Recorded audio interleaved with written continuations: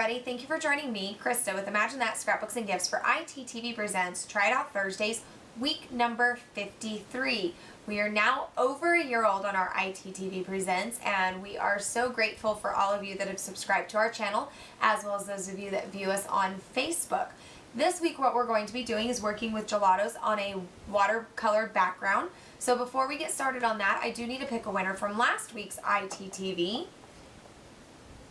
And the winner from week number 52 is Miss Cheryl Long. If you'll please email us at imaginethatscrapbooks@yahoo.com, we'll make sure we get your prize out to you. All right, let's go get started on this, and don't forget to subscribe to our channel. Okay, so today we're going to be doing a watercolor background using Gelatos, and for some reason I'm just really in the mood to do watercoloring. So we are going to pull out our Gelatos to work with them. And my lids are kind of mixed up. You can see Veronica's gotten a hold of them. She has really loved working with Gelatos too, which is probably why I am geared towards them right now. So what a gelato is it comes in almost like this chapstick style tube, and it's a creamy pigment color that you can color on like a Crayola, or you can add water to it and it becomes water reactant. So what we're going to do is we are going to layer some colors, and I'm going to start with a green, and we're going to give this like a shaded background, and we're just going to layer and overlap some of our colors.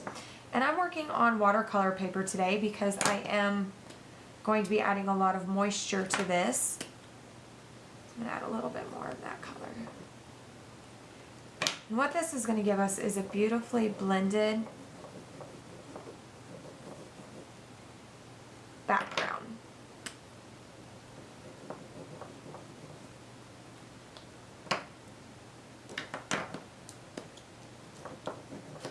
Okay, and we're just going to end it with just a little bit of ink.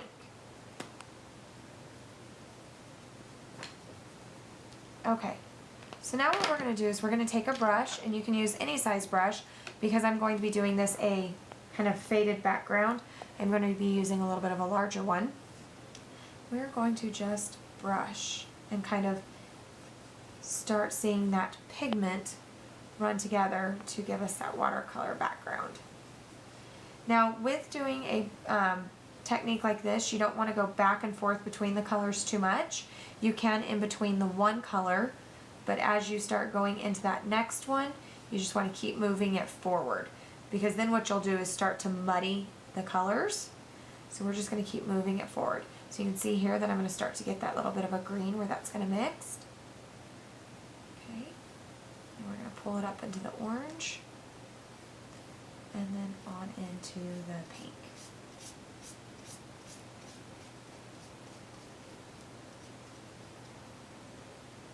Now if you want this darker, you can go back and add more of the Gelatos. Keep in mind, the more water you add, the lighter the color is going to be. Alright, we're going to let this dry for a second, and we'll come right back and finish our card.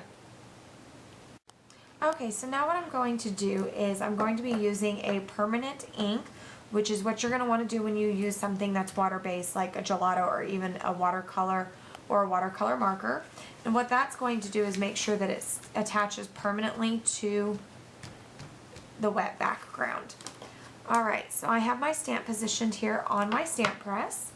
We're going to ink it up. Now, you always want to take your ink to your stamp and not your stamp to your ink. And that's just going to make sure that you get an even coverage of the ink onto your stamp. And it's also not going to displace the ink in your stamp pad as well. Alright, so we've got that all nice and inked up. And now we're going to stamp our image. With the stamp press, I really like it because it allows you to see where you're going to stamp your image before you actually push down. Then, like with any stamping block, you do want to do nice pressure over the entire image. And what I kind of do is just rub my finger along the outside or the lines of the stamp. Okay? Alright, there is our watercolor background. So now we're going to do a brad right here in the center.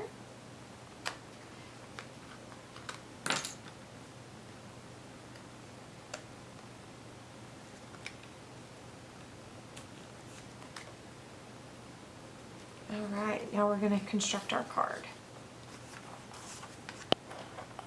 This is a Valentine's Day line that I decided to repurpose and use as a spring card with Easter just being around the corner.